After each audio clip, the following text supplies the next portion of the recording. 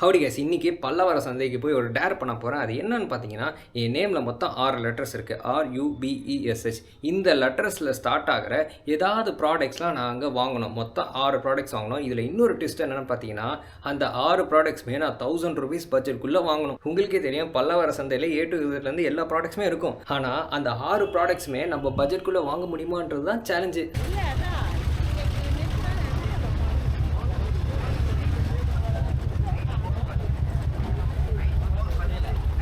வீடியோக்குள்ளே போகிறதுக்கு முன்னாடி இந்த பல்லவர சந்தையோட ஹிஸ்ட்ரியை பற்றி பார்ப்போம். இந்த பல்லவர சந்தை பார்த்தீங்கன்னா கிட்டத்தட்ட பிரிட்டிஷ் காலகட்டத்திலேருந்தே இருக்குது. அதாவது 100லேருந்து 150 வருஷமாகவே இருக்குது. ஸ்டார்டிங்கில் இது வந்து ஒரு மாட்டு சந்தையாக தான் இருந்துதான். அதுக்கப்புறம் போக போக பல கிராமங்கள்லேருந்து மாடுகளுக்கு தேவையான பொருட்கள்லாம் இங்கே விற்க ஆரம்பித்தாங்களாம். அதுக்கப்புறமா 50 வருஷம் கழித்து பல கிராமங்கள்லேருந்து காய்கறிகள்லாம் கொண்டு வந்து இங்கே விற்க ஆரம்பித்தாங்களாம். அதுக்கப்புறம் சீப்பான ரேட்டில் இங்கே நிறைய செகண்ட் ஹேண்ட் பொருட்கள், ஃபர்னிச்சர்ஸ்லாம் இங்கே விற்க ஆரம்பித்தாங்க. அதுக்கப்புறம் காலப்போக்கில் இப்போ இருக்க பல்லவர சந்தையாக இது இப்போ இருக்குது. நான் பல்லவர சந்தைக்கு போன டைம் பார்த்தீங்கன்னா ஒரு 11 AM இருக்கும். ஆக்சுவலாக நான் போகிற டைமுக்கு கூட்டமாக தான் இருக்கும்னு நான் நினச்சேன். ஆனால் இவ்வளோ கூட்டமாக இருக்கும் நான் நிஜமாக நினச்சி பார்க்கல. போகிற வழியில் நிறைய கடைகள்லாம் இருந்தது. அதெல்லாம் பார்த்துக்கிட்டே நடந்து போனேன். கிட்டத்தட்ட ஒரு 100 மீட்டர் போன பிறகு தான் நான் எதுக்கு வந்தேனேன்றது அங்கே ஞாபகம் வந்துச்சு எனக்கு. ஸோ அதுக்கப்புறம் 6ல் என்ன ப்ராடக்ட் வாங்கலாம்னு சொல்லிட்டு ரொம்ப நேரமாக தேடிக்கிட்டே இருந்தேன். அப்படியே தேடியே சந்தைக்கு ரொம்ப உள்ளே போயிட்டேன். சரி, இதுக்கு மேலே 6ல் தேடினா வேலைக்கு ஆகாது, மற்ற ஆல்ஃபாபெட்ஸ்லாம் நம்ம தேடுவோம் அப்படின்னு சொல்லிட்டு நான் தேடிட்டு இருக்கும் போது தான் எனக்கு இந்த ஒரு ப்ராடக்ட் கண்ணில் பட்டுது. எவ்வளோண்ணா இது? ஹெட் மசாஜ் தானே இது?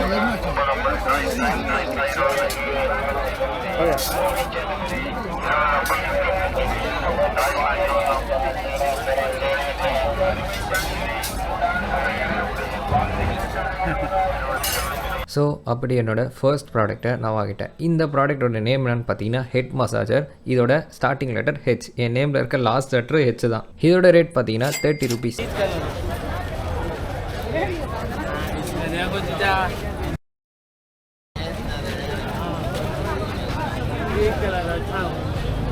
அப்புறம் இந்த இடத்துல வந்து ஏதோ செகண்ட் ஹேண்ட் ப்ராடக்ட்ஸ்லாம் விற்கிற மாதிரி ஒரு கடை இருந்தது. ஸோ இதில் வந்து 6ல் ஏதாவது ப்ராடக்ட் கிடைக்குமான்னு சொல்லிட்டு தேடி பார்த்தேன். அன்ஃபார்ச்சுனேட்லி எனக்கு எதுவுமே கிடைக்கல.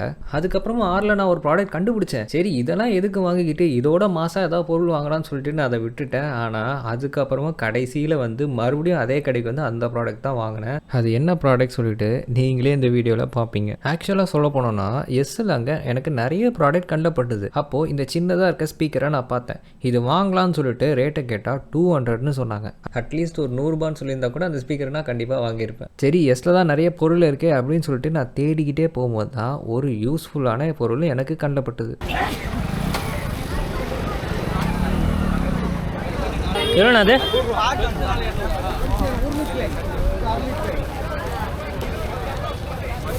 இந்த 3 செட் சாக்ஸ் பார்த்தீங்கன்னா ₹100 சொன்னாங்க.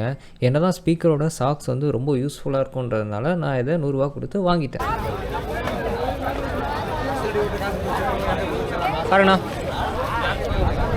ஸோ ஃபைனலி எஸ்ஸில் ஒரு ப்ராடக்ட் வாங்கியாச்சு. அதுக்கப்புறம் ரொம்ப நேரம் நடந்து போயிட்டே இருந்தேன். செம்ம வெயில், தாங்கவே முடியாதுன்னு சொல்ல மாட்டேன், தாங்கிக்கிட்டு நடந்து போயிட்டு இருந்தேன் அந்த வெயில. ஏன்னா நம்ம 6 ப்ராடக்ட்டில் 2 ப்ராடக்ட் தான் வாங்கியிருக்கோம். இன்னும் 4 ப்ராடக்ட் வாங்கணுமேனு சொல்லிட்டு தேடிக்கிட்டு நடந்து போயிட்டே இருந்தேன். லிட்டரலாக நான் வந்து A for apple, B for பால்ன்ற மாதிரி, R ஃபார் இந்த ப்ராடக்ட், U ஃபார் இந்த ப்ராடக்ட், B ஃபார் இந்த ப்ராடக்ட் சொல்லிட்டு நான் வந்து ஒரு மாதிரி ரைம்ஸ் மாதிரி சொல்லிக்கிட்டே நடந்து போயிட்டு இருந்தேன் அந்த சந்தையில். ரொம்ப நேரமாக ஸ்ட்ரெயிட்டாக நடந்து போயிட்டே இருந்தேன். அப்போ ரைட் ஹேண்ட் சைடில் ஒரு ஸ்ட்ரீட் போச்சு. அந்த ஸ்ட்ரீட்டோட ஸ்டார்டிங்லேயே லவ் பேர்ட்ஸ் இந்த மாதிரி நிறைய பேர்ட்ஸ்லாம் வச்சு வித்துட்டு இருந்தாங்க. அந்த ஸ்ட்ரீட்டில் இன்னும் உள்ளே போக போக நிறைய பிளான்ஸ்லாம் வச்சு சேல் பண்ணிட்டு இருந்தாங்க. அது பார்க்கவே ரொம்ப சூப்பராக இருந்தது.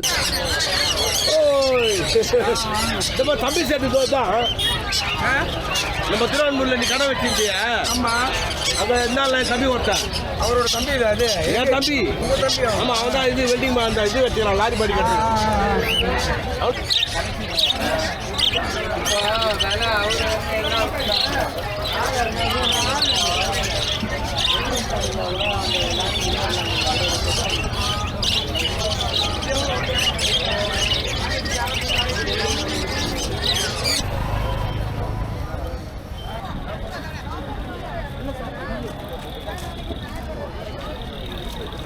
இந்த ஸ்ட்ரீட்டில் ஃபுல் அண்ட் ஃபுல் மெயினாக பிளான்ஸ் மட்டும் தான் இருக்குது. நீங்கள் பிளான்ஸ் வாங்குறதுக்காக மட்டும் பல்லவர சந்தை வந்தீங்கன்னா இந்த இடத்த கண்டிப்பாக விசிட் பண்ணி பாருங்கள். அஃபோர்டபுள் ப்ரைஸில் நல்லாவே பிளான்ஸ்லாம் விற்கிறாங்க.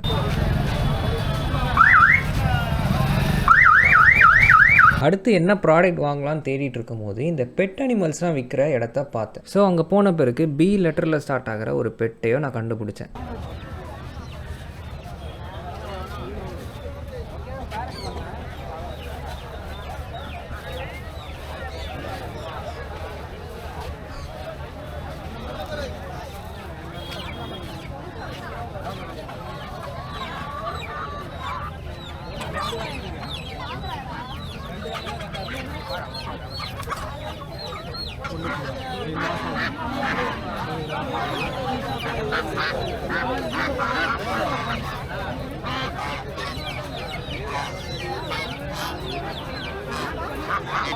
லேப் தானே அது? லேப் தானே.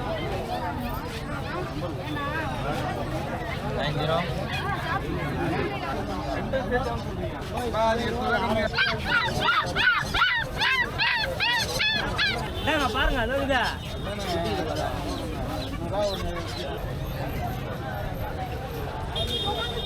நான் பியில் கண்டுபிடிச்சேன்னு சொன்னேன் அந்த ஒரு பெட்டு இதுதான். இது பேர் வந்து ஃபைட்டர் ஃபிஷ்னு சொல்லுவாங்க. ஆனால் இதோட உண்மையான நேம் என்னன்னு பார்த்தீங்கன்னா பீட்டா ஃபிஷ்னு சொல்லுவாங்க. என்னோட அக்வேரியம் சேனலை ஃபாலோ பண்ணியிருந்தீங்கன்னா நான் எந்த அளவுக்கு ஃபிஷ் வளர்த்துருப்பேன்னு உங்களுக்கே தெரிஞ்சிருக்கும். தெரியாதுன்னா மேபி நான் லிங்க் டிஸ்கிரிப்ஷனில் கொடுக்குறேன், மறக்காமல் அந்த சேனலை செக் பண்ணி பாருங்கள். ஸோ இந்த மாதிரி ஃபைட்டர் ஃபிஷ்ஷஸை, அதாவது பீட்டா ஃபிஷ்ஷஸை வந்து சின்ன சின்ன பவுலில் வச்சு வளர்க்குறது அவ்வளோவா நல்லது கிடையாது. ஸோ என்கிட்ட இருக்க ஃபிஷ் டேங்க்ஸ்லாம் பார்த்தீங்கன்னா ரொம்பவே பெருசு. ஸோ அவ்வளோ பெரிய டேங்க்கில் இந்த மாதிரி ஒரு சின்ன பீட்டா ஃபிஷ்ஷை வளர்க்குறது அவ்வளோவா நல்லா இருக்காது. ஸோ அதனால் வந்து இந்த பீட்டா ஃபிஷ்ஷஸை நான் வாங்கலை. எஸ், நான் பியில் இந்த பீட்டா ஃபிஷ்ஷஸை வாங்கலை, வேறு ஒன்று வாங்கினேன்.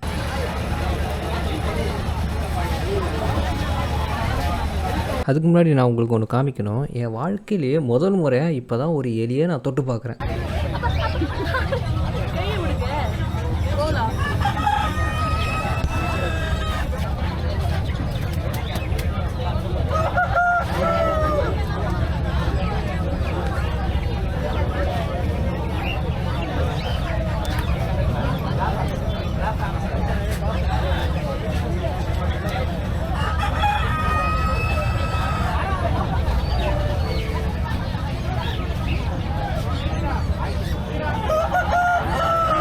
இந்த பல்லவர சந்தையிலேயே மற்ற பொருட்கள் இருக்க இடத்த விட இந்த பெட்ஸ் இருக்க இடத்துல தான் செம்ம கூட்டமாக இருந்தது. நடக்கிறதுக்கே ரொம்பவே கஷ்டமாக இருந்தது. நண்பர்களே, தலைகீழ எதுக்கு இங்கே கேமரா பிடிச்சிட்டு எடுத்துகிட்டு போகிறோன்னு பார்த்தீங்கன்னா, கேமரா ரெக்கார்டை ஆன் பண்ணுறதுக்கு பதிலாக ஆஃப் பண்ணியிருக்கேன், ஆஃப் பண்ணுறதுக்கு பதிலாக ஆன் பண்ணியிருக்கேன். எப்போன்னு பார்த்தீங்கன்னா பியில் ஒரு ப்ராடக்ட் வாங்கும் போது அங்கே அடிக்கிற வெயிலுக்கு ரெக்கார்ட் ஆகுதா இல்லையான்னு பார்க்குறதே ஒரு பெரிய விஷயமா இருந்தது. சரி, இருந்தாலும் ஓகே, எல்லா ப்ராடக்ட்ஸும் நான் வீடியோட கடைசியில் காமிச்சிருப்பேன், அப்போது அது என்ன ப்ராடக்ட் சொல்லிட்டு நீங்கள் தெரிஞ்சுக்கோங்க. ஸோ இது வரைக்கும் பார்த்தீங்கன்னா ஹெச்சில் ப்ராடக்ட் வாங்கியாச்சு, எஸ்ஸில் ப்ராடக்ட் வாங்கியாச்சு, அப்புறம் பிலையும் ப்ராடக்ட் வாங்கியாச்சு. 6ல் 3 ப்ராடக்ட் வாங்கியாச்சு, இன்னும் பேலன்ஸ் 3 ப்ராடக்ட் இருக்குது. இப்போ நான் எங்கே போயிட்டு இருக்கேன்னு பார்த்தீங்கன்னா, முன்னாடி சொன்னால் பார்த்தீங்களா 6 லெட்டரில் ஒரு ப்ராடக்ட் வாங்கலான்னு பார்த்தேன். அதெல்லாம் வாங்கலாமா யோசிச்சு இன்னும் முன்னாடி போயிட்டு மறுபடியும் ரிட்டர்ன் வந்து அதே ப்ராடக்ட் வாங்கலாம்னு சொன்னால் பார்த்தீங்களா, இப்போ அந்த ப்ராடக்ட்டை தான் வாங்க போயிட்டு இருக்கேன்.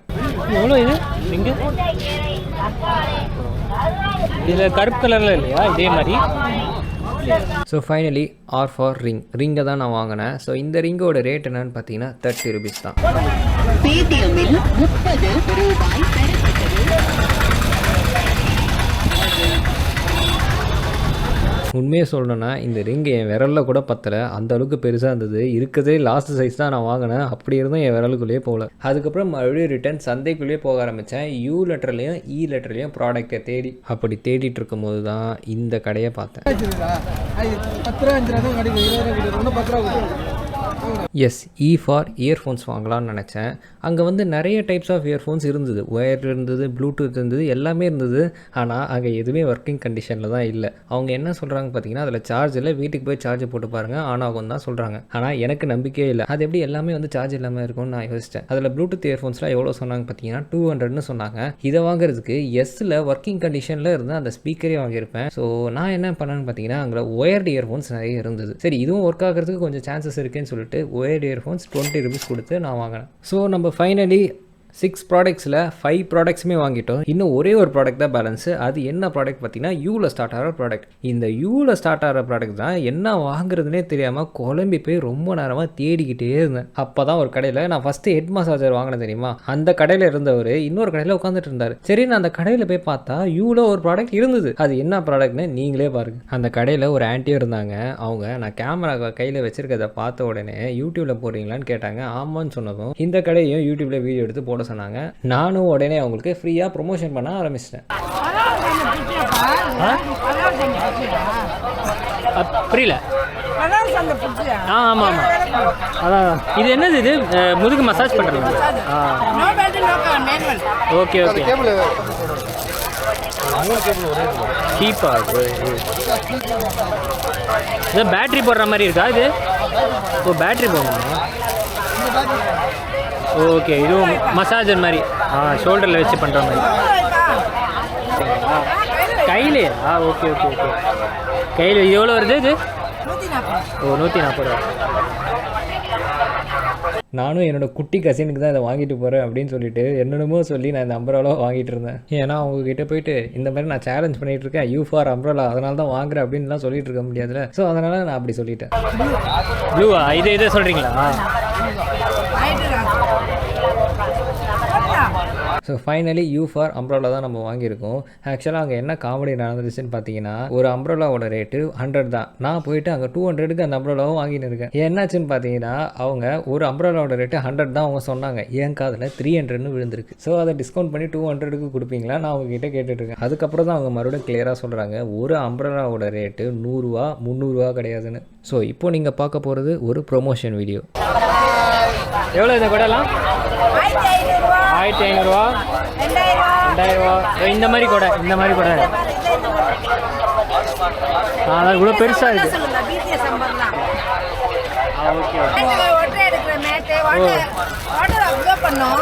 Okay okay. கால் துடைக்கிற மேட்டு மாதிரி இதா? Car துடைக்கிறது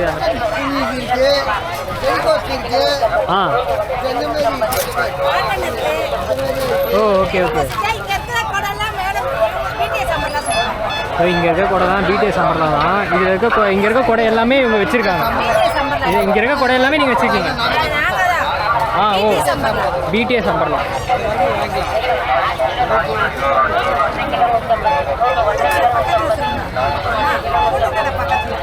okay.